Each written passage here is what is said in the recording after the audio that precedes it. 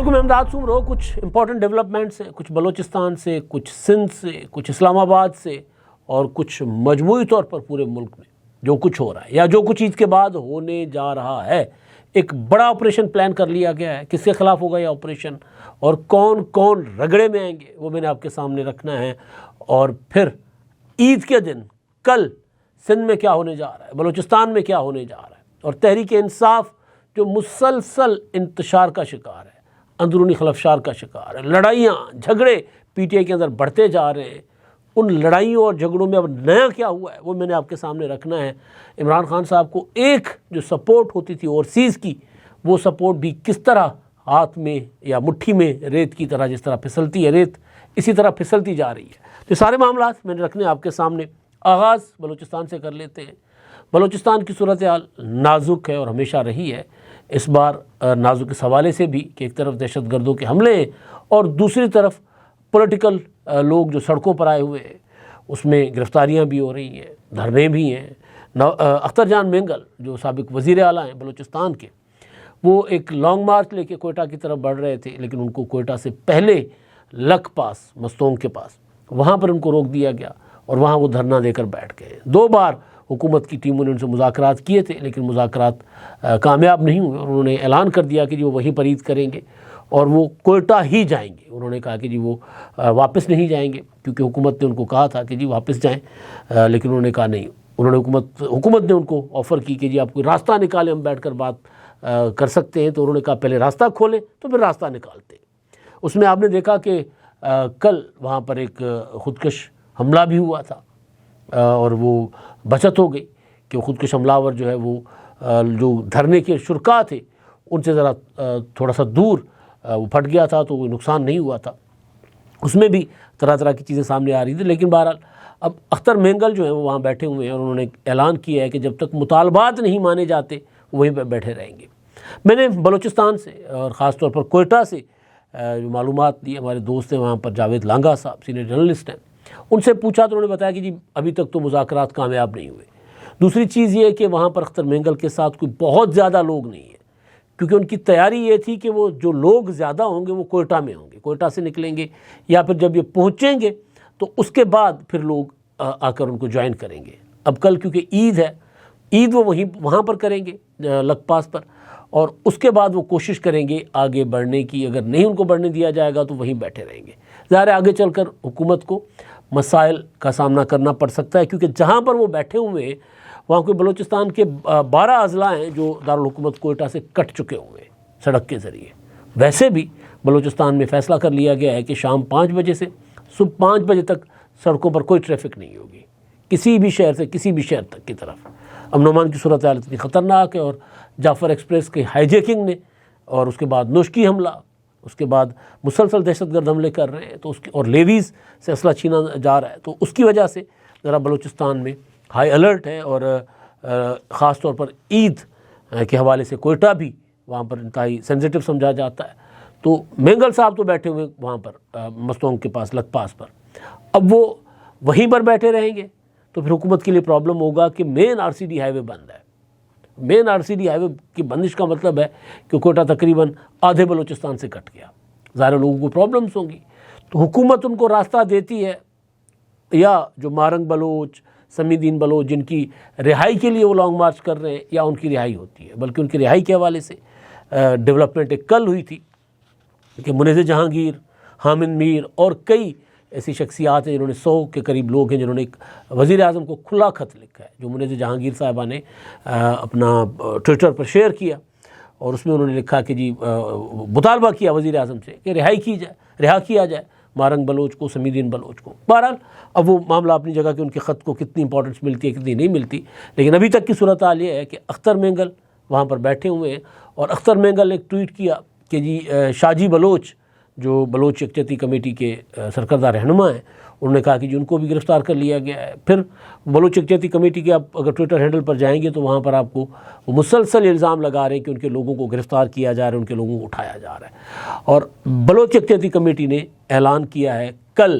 عید کے دن بلوچستان کے تقریباً تمام شہروں میں احتجاجی مظاہروں کا ٹائم بتایا گیا ہے، کون سے شہر میں کس وقت مظاہرہ ہوگا۔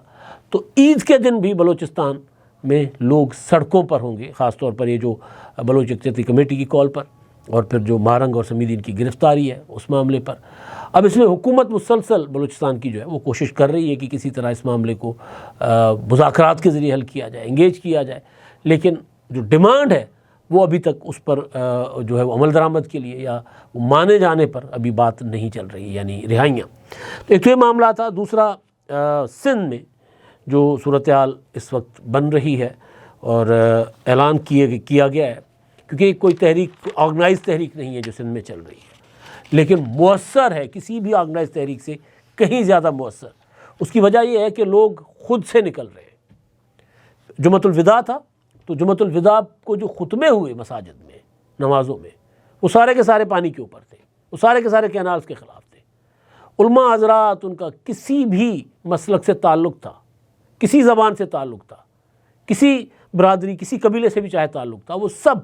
ایک ہی آواز ان کے ممبر سے آ رہی تھی کہ جی ہم نے یہ کینالز نہیں بننے دینے، اور وہ لوگوں کو اس بات پر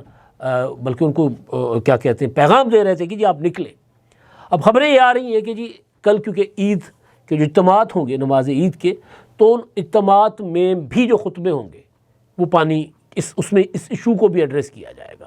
یہ ایک پراپر، اچھا یہ آرگنائز میں اس لیے نہیں کہہ رہا کہ کوئی اتحاد نہیں بنا ہوا ابھی تک۔ جو مشرف کے زمانے میں اینٹی گریٹر تھل کینال اتحاد بنا تھا، کئی اور اتحاد بنے تھے، اس میں تمام پولیٹیکل پارٹیز ہوتی تھیں، اسٹیئرنگ کمیٹیز ہوتی تھیں، بیٹھتے تھے۔ اب یہ ہے کہ لوگ کوئی بھی کال دیتا ہے سب لوگ نکل آتے ہیں، کال چاہے کوئی بھی دے، کوئی پولیٹیکل پارٹی دے، بغیر تفریق کے۔ بلکہ میں دیکھ رہا تھا ہمارے دوست ممتاز بخاری صاحب، انہوں نے ٹویٹ کیا، اپنا فیس بک پر ایک اپنی پوسٹ رکھی، شیئر کی، کہ یہ جو اردو میڈیا ہے ہمارا، یہ اس کو قوم پرستوں کی تحریک شو کر رہا ہے، ظاہر کرنے کی کوشش کر رہا ہے کہ قوم پرستوں کی تحریک ہے۔ تو قوم پرستوں کی تحریک نہیں ہے، وہ تمام سندھ کے لوگ جو ہیں اس میں شامل ہیں۔ میں دیکھ رہا تھا کراچی کے ایک نوجوان اردو اسپیکنگ، انہوں نے وہ جو کرتے ہیں ٹک ٹاک کرتے ہیں یا سوشل میڈیا انفلوئنسر ہیں، وہ بھی اب اس پر بات کر رہے ہیں، وہ بھی کہہ رہے ہیں کہ بھائی یہ پانی کا مسئلہ ہے، ہم اس سے الگ نہیں رہ سکتے۔ تو بلا تفریق، رنگ، نسل، مذہب، سب لوگ سڑکوں پر ہیں۔ تو عید کے دن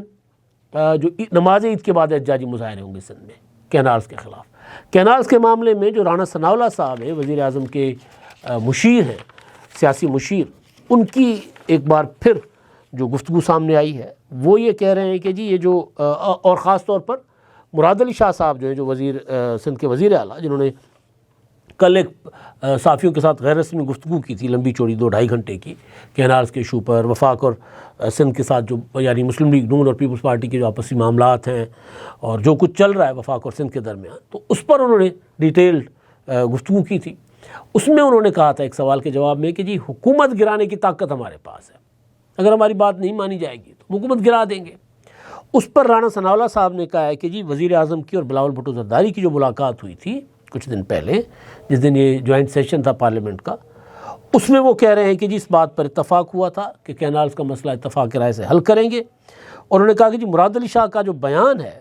ان کو یہ رد عمل دینا چاہیے، کیونکہ پیپلز پارٹی خود اپنے گھر میں پھنس چکی ہے، اور وہ کہہ رہے ہیں کہ جی لوگ جو ہیں وہاں پر فیڈریشن کو بھی نقصان پہنچانے کی کوشش کر رہے ہیں اور پیپلز پارٹی پر بھی حملے ہو رہے ہیں۔ تو لہٰذا پیپلز پارٹی کا رد عمل جو وہ اس کو ایک جسٹیفائڈ رد عمل کہہ رہے ہیں کہ یہ رد عمل جائز ہے، تاہم وہ کہتے ہیں کہ جی ہم مل کر اس مسئلے کا حل نکال دیں گے۔ اور انہوں نے کہا کہ جی پیپلز پارٹی جو ہے وہ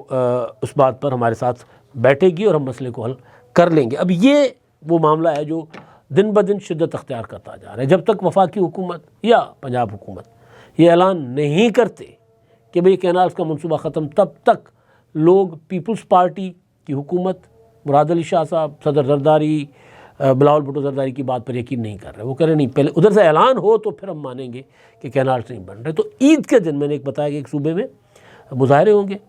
بلوچستان میں اعلان کیا گیا ہے، اور دوسرا سندھ میں ایک اپنا لوگ اپنے اپنے طور پر نماز عید کے بعد سڑکوں پر نکلیں گے، اجتماعات ہوں گے، تقریریں ہوں گی اور خطبات بھی ہوں گے اس سارے معاملے پر۔ اچھا، اس میں اب جو حکومت کے اندر جو مسئلے ہیں، متحدہ قومی موومنٹ والے بھی حکومت سے ناراض ہیں کل، اور خاص طور پر کراچی کے معاملے پر تو ان کو اور ان کی ناراضگی بنتی بھی ہے، جس طرح حادثات روزانہ کی بنیاد پر پیش آ رہے ہیں۔ تو خالد مقبول صدیقی صاحب نے جو ہے وہ پریس کانفرنس کی آج، اور انہوں نے کہا کہ جی ہمیں عدالتیں بتائیں، ہم انصاف کے لیے کہاں جائیں۔ حکومت بتائے، ریاست بتائے، وزیر اعظم صدر بتائیں کہ ہم کہاں جائیں۔ آئے روز سڑکوں پر مارا جاتا ہے، لوگوں کو کچلا جاتا ہے گاڑیوں کے نیچے۔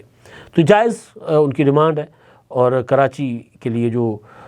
ٹریفک قوانین ہیں، ٹریفک رولز ہیں، ان پر عمل درآمد بھی ہونا چاہیے، اور بڑی گاڑیاں جو ہیں وہ جو کچل دیتی ہیں لوگوں کو، ڈمپرز، آئل ٹینکر، واٹر ٹینکر، ان کے خلاف ایکشن ہونا چاہیے۔ اب میں آتا ہوں جو بڑی خبر ہے نا، وہ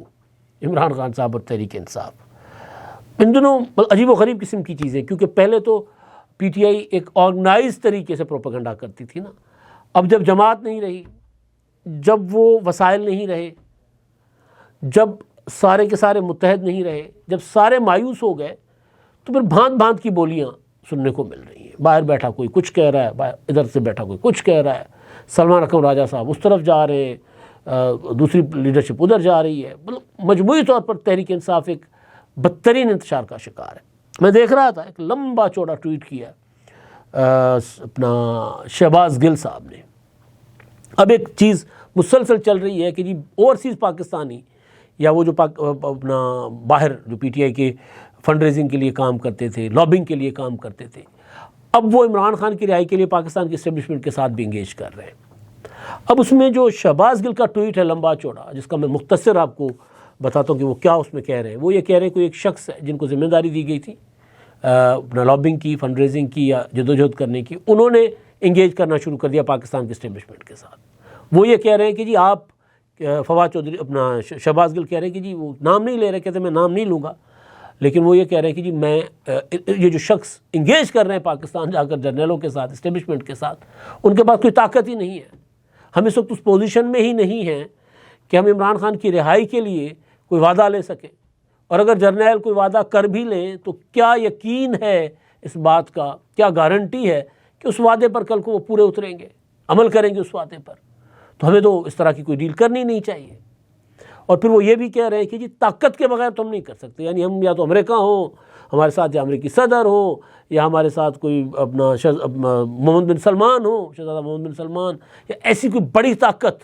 اس کے پیچھے ہو، ڈیل کے پیچھے، تو پھر تو بات ہو سکتی ہے، لیکن بغیر اس کے ہم ڈیل کیسے کر سکتے ہیں؟ بنیادی طور پر وہ کہہ رہے ہیں کہ جی آپ نے صرف اور صرف عمران خان کا ایشو، اپنا وہ جو مسئلہ ہے، اس کی بنیاد پر آپ اپنے تعلقات جرنیلز کے ساتھ پاکستان میں، پاکستان کی فوج کے فوجی جو کمان ہے ان کے ساتھ، یا پاکستان کی اسٹیبلشمنٹ کے